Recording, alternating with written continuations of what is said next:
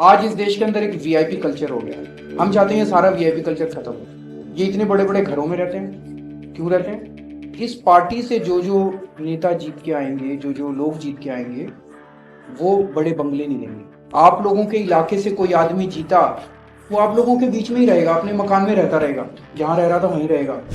केजरीवाल के शीश महल के खर्च की बात जो 45 करोड़ से शुरू हुई थी, अब बात 200 करोड़ तक पहुंच चुकी है।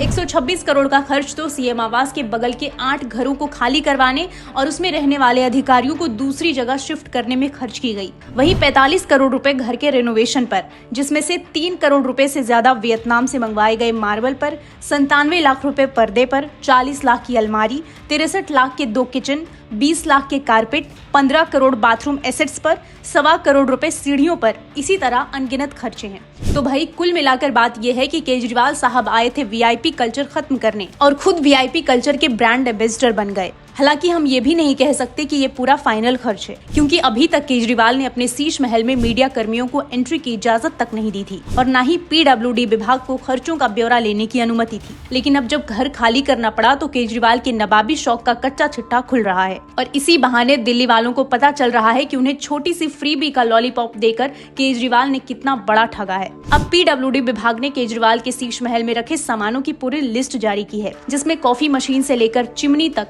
सोफा से लेकर खिड़की के पर्दे तक के प्राइस जानकर आपके होश उड़ सकते हैं। केजरीवाल कहा करते थे शीला दीक्षित ने टॉयलेट में एसी लगवा रखा है। आज पता चला है कि केजरीवाल ने अपने बाथरूम के तामझाम करवाने में टैक्स पेयर्स के 16 करोड़ रुपए से भी ज्यादा उड़ा दिए, जबकि केजरीवाल चाहते तो इन्हीं 16 करोड़ से स्वच्छ भारत मिशन के तहत झुग्गी वालों के लिए 13,700 से ज्यादा टॉयलेट बनवा सकते थे। केजरीवाल के शीश महल में जितनी महंगी चीजें रखी है, उतने तो शायद 7 स्टार होटल में भी नहीं होते।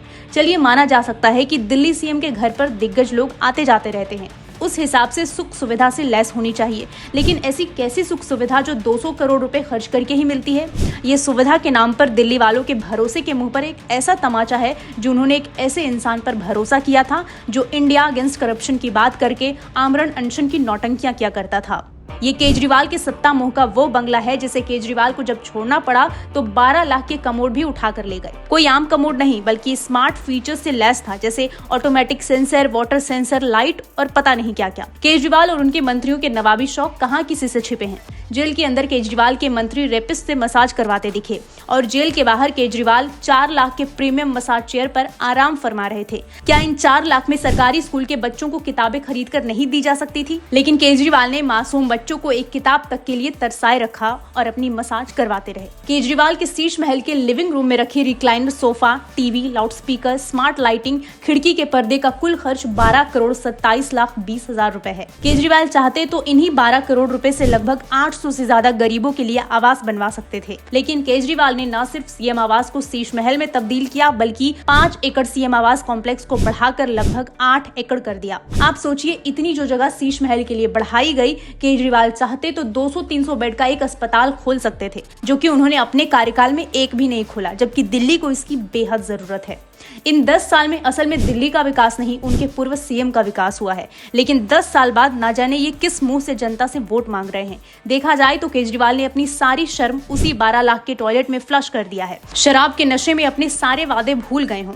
आज केजरीवाल का शीश महल भ्रष्टाचार का जीता जागता म्यूजियम है, जो दिल्ली के एक एक नागरिकों को एहसास दिला रहा है कि उनके साथ कितना बड़ा फर्जीवाड़ा हुआ, जिसका जवाब जनता इस चुनावों में देगी और केजरीवाल को अपने कमोड के साथ दोबारा सीएम आवास में जगह नहीं देगी।